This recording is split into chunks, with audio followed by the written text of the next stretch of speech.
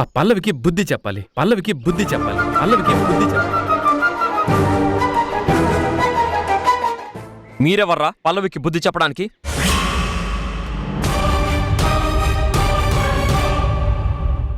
బుద్ధి తక్కువ పనులు చేస్తుంటే బుద్ధి చెప్పకేం చేయాలరా? మేమేం బుద్ధి తక్కువ పని చేయలేదు. తప్పనిసరి పరిస్థితుల్లో జరిగిన తప్పుని సరిదిద్దుకోవాలనుకుంటున్నాం. లేదు, మీరు తప్పుని సరిదిద్దుకోవట్లేదు. ఆ తప్పుని ఇంట్లో వాళ్ళందరూ సమర్థించేలా చేయాలనుకుంటున్నారు. అందుకే ముందు అమ్మని ఒప్పించాలని ప్రయత్నం చేశావు. అమ్మ ద్వారా ఉషని ఒప్పించాలనుకున్నావు. ఆవిడ గారికి పుట్టే బిడ్డకి ఉషని తల్లించేయాలనుకున్నావు. అమ్మ ఉష కలిసి నాన్నని ఒప్పిస్తారనుకున్నావు. వాళ్ళు ముగ్గురు ఒప్పుకుంటే నీకింకేం ప్రాబ్లం ఉండదు. ఆ పల్లవిని తెచ్చి హ్యాపీగా ఇంట్లో పెట్టుకుని దర్జాగా కులుకుదామనుకున్నావు. Shut up shut up shut up.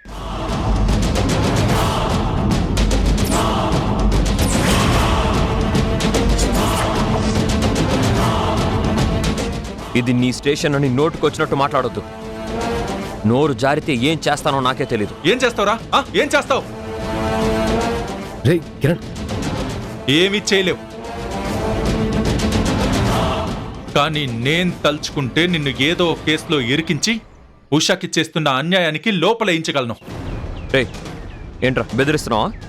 అవును, బెదిరిస్తున్నాను. కానీ నువ్వేం చేయలేవు. తప్పు చేసిన వాడు ఎప్పుడు ఏమి చేయలేడు. నాది తప్పు ఒప్పు చెప్పడానికి నువ్వెవడురా? నీకంటే ముందు పుట్టిన వాడిరా. ముందు పుట్టినంత మాత్రానా నా పర్సనల్ లైఫ్ లోకి ఇన్వాల్వ్ అయిపోతావా? ఉషాకి అన్యాయం చేస్తుంటే చూస్తూ ఊరుకోనని చెప్తున్నాను. ఏం చేస్తావు? ఏం చేస్తావు? ఏం చేస్తావు? ఆగండ్రా.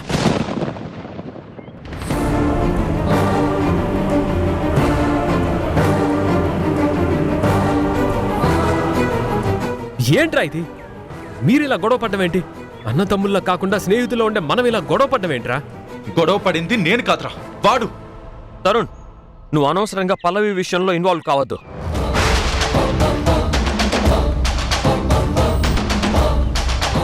పల్లవి దగ్గరికి వెళ్ళి నువ్వు ఊరు వదిలిపెట్టి వెళ్ళిపో, లేకపోతే అది చేస్తాను ఇది చేస్తాను అంటూ బెదిరించొద్దు.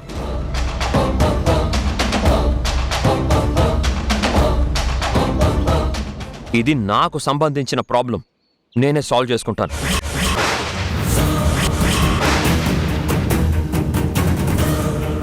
చూడండి, అనవసరంగా మధ్యలోకి దూరి ఉషకి విషయం చెప్పి నాకు శత్రువులుగా మారద్దు.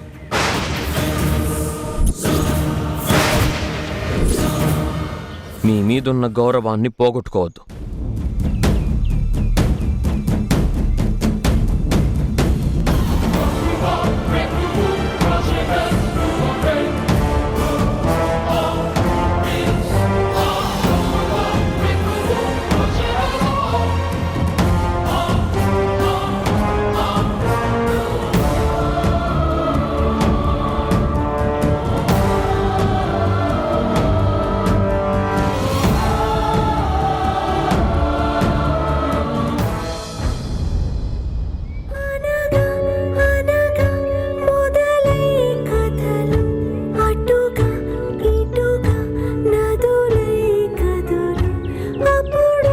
పల్లవి బిడ్డనైనా మన ఇంటికి వారసుడిగా తీసుకొస్తే అటు పల్లవి బిడ్డకి ఇటు బిడ్డల్లేని ఉషకి కొంతవరకు న్యాయం చేసినట్టవుతుంది.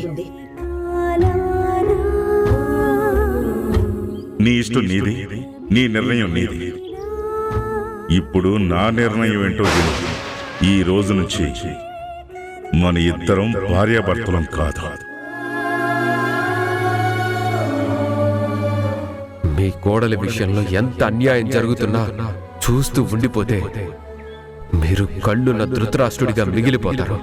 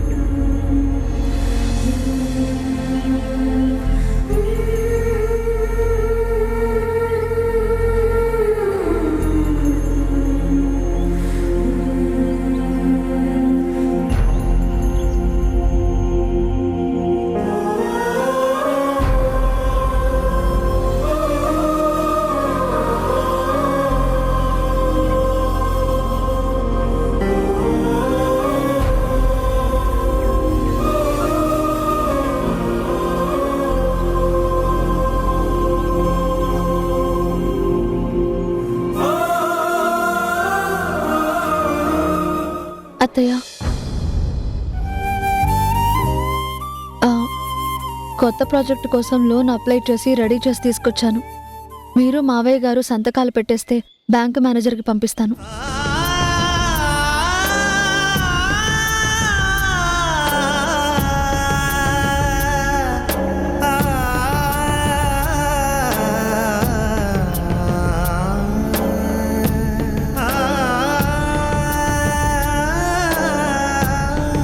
అత్తయ్య, మీ మావయ్య గారికి ఇవ్వమ్మా.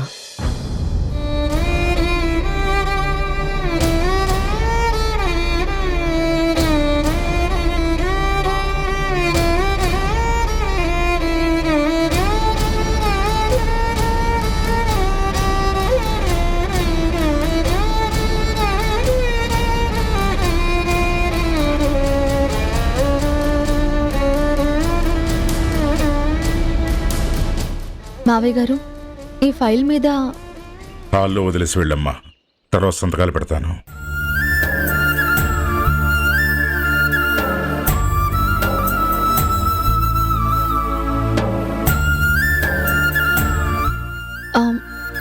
అంటే మావయ్య, మనకి ఎంత తొందరగా లోన్ శాంక్షన్ అయితే అంత తొందరగా మనం కన్స్ట్రక్షన్ స్టార్ట్ చేయొచ్చని. కొందరిలాగా నేను తొందరపడి ఏ నిర్ణయాలు తీసుకోనమ్మా.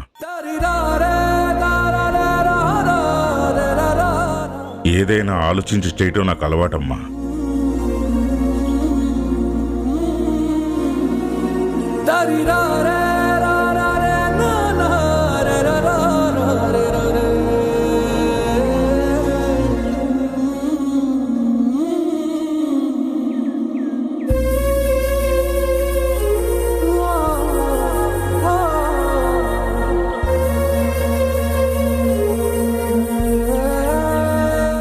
ఏంటత్తయ్య, మావయ్య గారు అలా మాట్లాడుతున్నారు?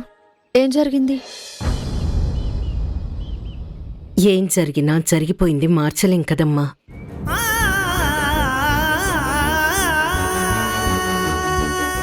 నువ్వు వెళ్ళి నీ పనులు చూసుకో.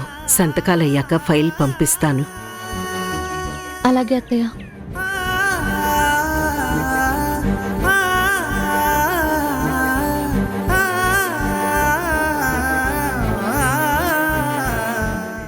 వెళ్ళొస్తాను అత్తయ్య.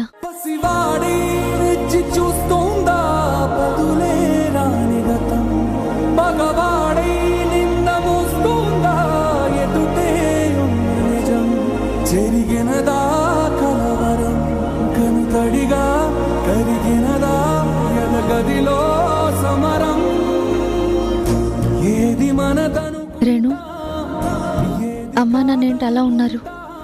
ఏమో దినా, నాకు తెలీదు. మనసుకు ఏమని చెబుతా, ఎంత కని దిగిపోతా, ఎంత కని దిగులవుతా, రాని మమకారాన్నడిగి ఎంతని పరుగులు పెడతా.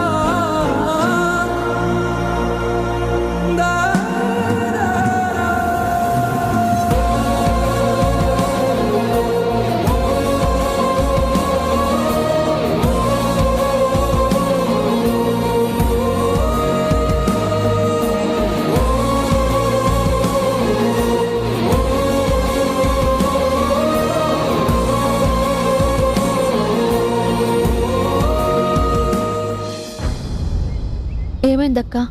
అందరూ అలా ఉన్నారు. ఎవరు నాతో సరిగ్గా మాట్లాడట్లేదేంటి? ఏమోనమ్మా, మీకు ఏమున్నాయో నాకెలా తెలుస్తుంది?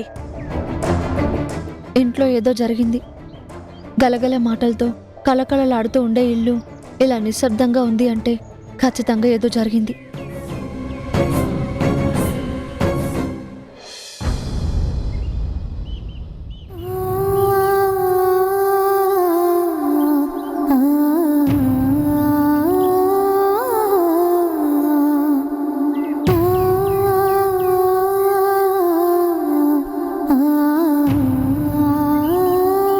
మనమెవ్వరం తనతో సరిగ్గా మాట్లాడకపోయేసరికి వదిన ఎలా బాధపడుతూ వెళ్ళిందో చూసావా నాన్న?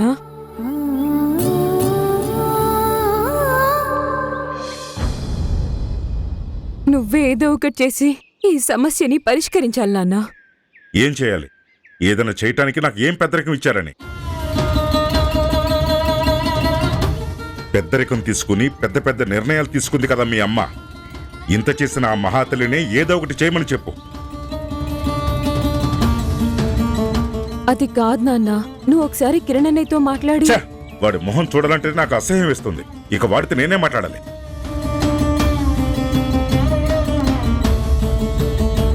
చిన్నప్పుడు వాడు తప్పటడుగులు వేస్తుంటే పడిపోతాడేమోనని చెయ్యన్నించి ఆసరాగా నిలబడ్డాను.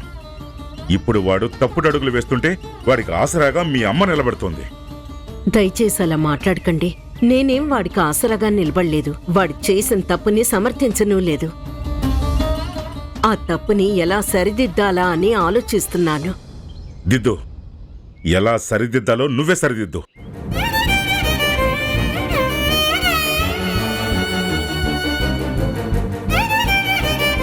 చిన్న చిన్న తప్పులైతే సరిదిద్దుకోవచ్చు.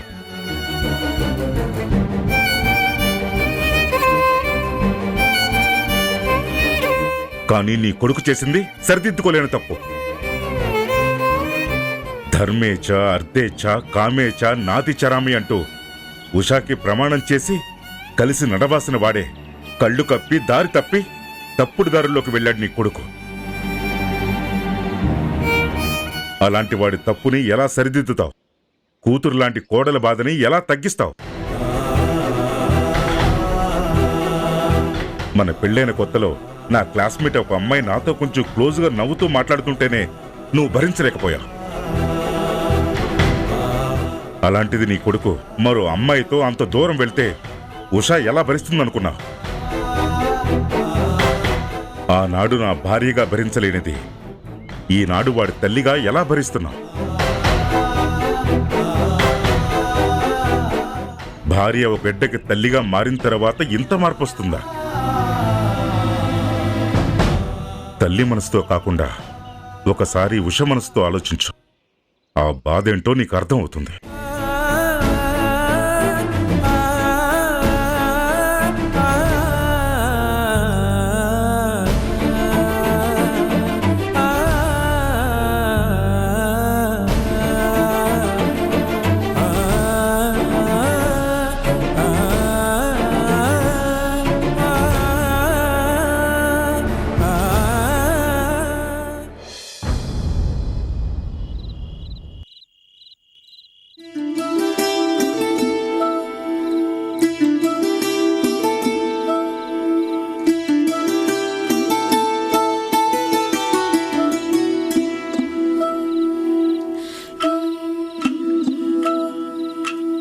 ఎవరో ఎవరో నేనెవరో, నువ్వే లేని నేనెవరో, నన్నే నేడు గుర్తిస్తారా ఎవరైనా?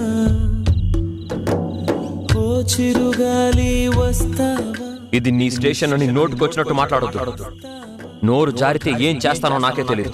తుడి చేస్తావా నువ్వైనా? ఇది కలయా కలయా? అమ్మ ఉషా కలిసి నాన్నని ఒప్పిస్తారనుకున్నావు. వాళ్ళు ముగ్గురు ఒప్పుకుంటే నీకు ఇంకేం ప్రాబ్లం ఉండదు. ఆ పిల్లని తెచ్చి హ్యాపీగా ఇంట్లో పెట్టుకుని దర్జాగా కులుకుతామనుకున్నావు. ఇది నీడా నీడా మరి వెలుగా వెలుగా, ఇది నీడే అయితే నిసిలో కలిసిపోతుంది.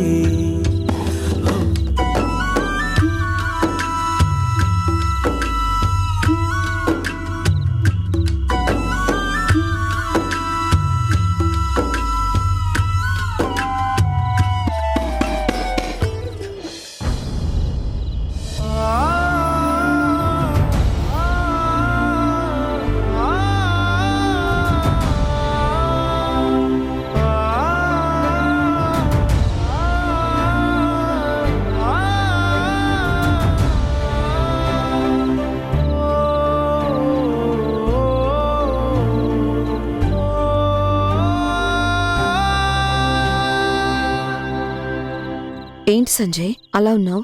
ఎలా ఉన్నాను? నార్మల్గా మాత్రం లేరు.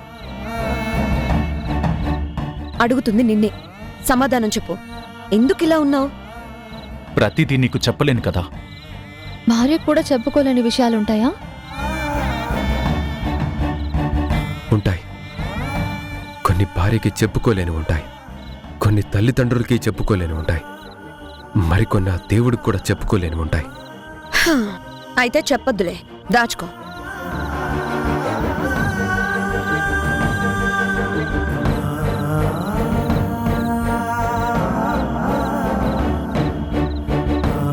నువ్వు చెప్పమన్నా కూడా నేను చెప్పను. బయటి తలనొప్పులన్నీ తీసుకొచ్చి ఇంట్లో చెప్పడం నాకు అలవాట్లేదు.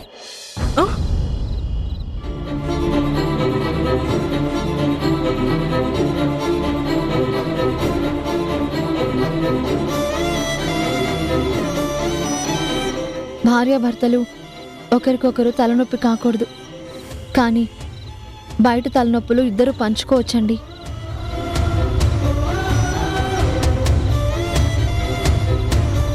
ఏంటో ఈరోజు నాకెవ్వరూ ఏం చెప్పడం లేదు.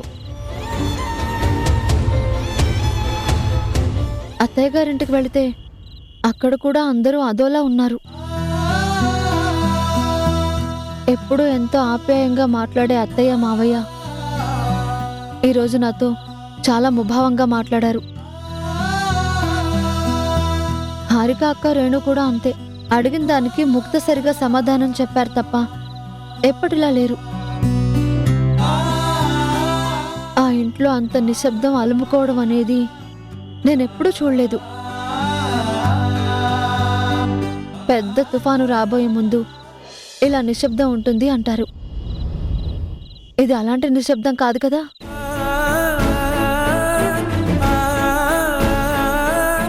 అలాంటిదేం ఉండదులే. ఎక్కువగా ఆలోచించి మనసు పాడు చేసుకోకు.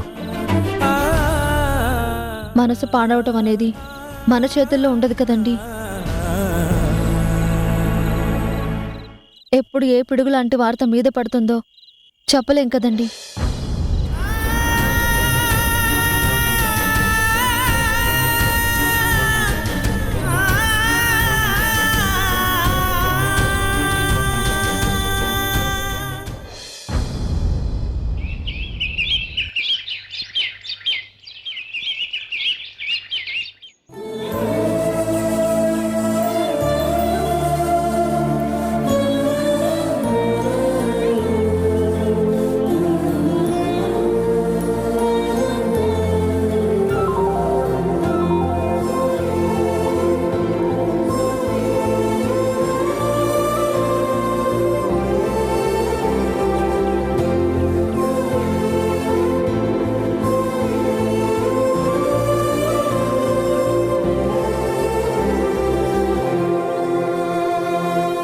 మామయ్య, టిఫిన్ తినండి.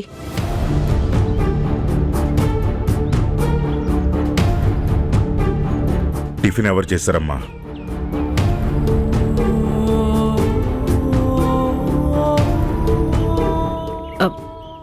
అత్తయ్య గారు చేశారు మామయ్య.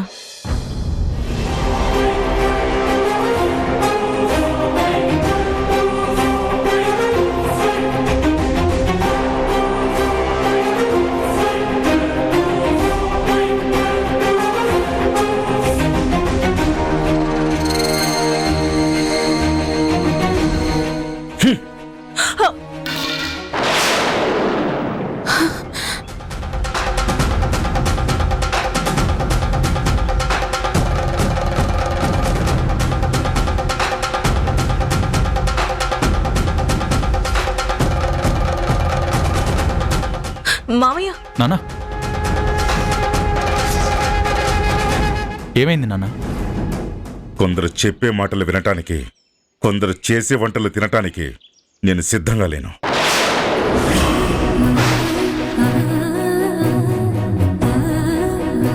అత్తయ్య గారు చేసిన టిఫిన్ తినడం మీకు ఇష్టం లేకపోతే ఒక 10 నిమిషాల్లో నేను రెడీ చేస్తాను మామయ్య. అవసరం లేదమ్మా. ఒక్క పూట తిననంత మాత్రాన ప్రాణం ఏం పోదు.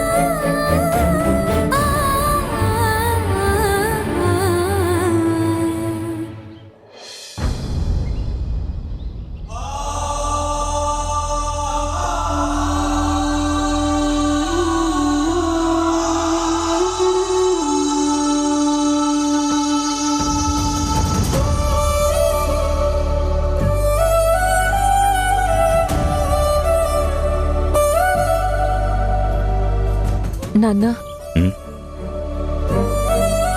వద్దమ్మా, నాకు తినాలని లేదు. ఇది వదిన చేసింది నాన్న. అయినా సరే నాకు తినాలని లేదు. అలా అంటే ఎలా నాన్న? టైంకి తిని టైంకి మెడిసిన్స్ తీసుకోకపోతే మీ ఆరోగ్యం ఏమైపోతుంది? నా గురించి, నా ఆరోగ్యం గురించి పట్టించుకోవాల్సిన వాళ్ళే పట్టించుకోకపోతే నేనేమైపోతే ఏంటి? ప్లీజ్ నాన్న, అలా మాట్లాడొద్దు.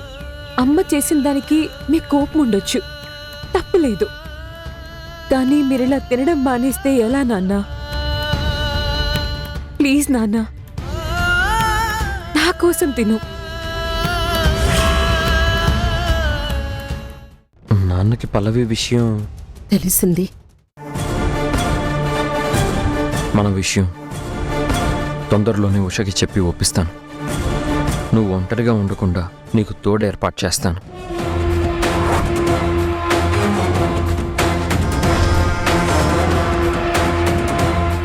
ఈ లోపల నువ్వు పల్లవి విషయం ఉషకి చెప్తే నేను చెప్పలేను.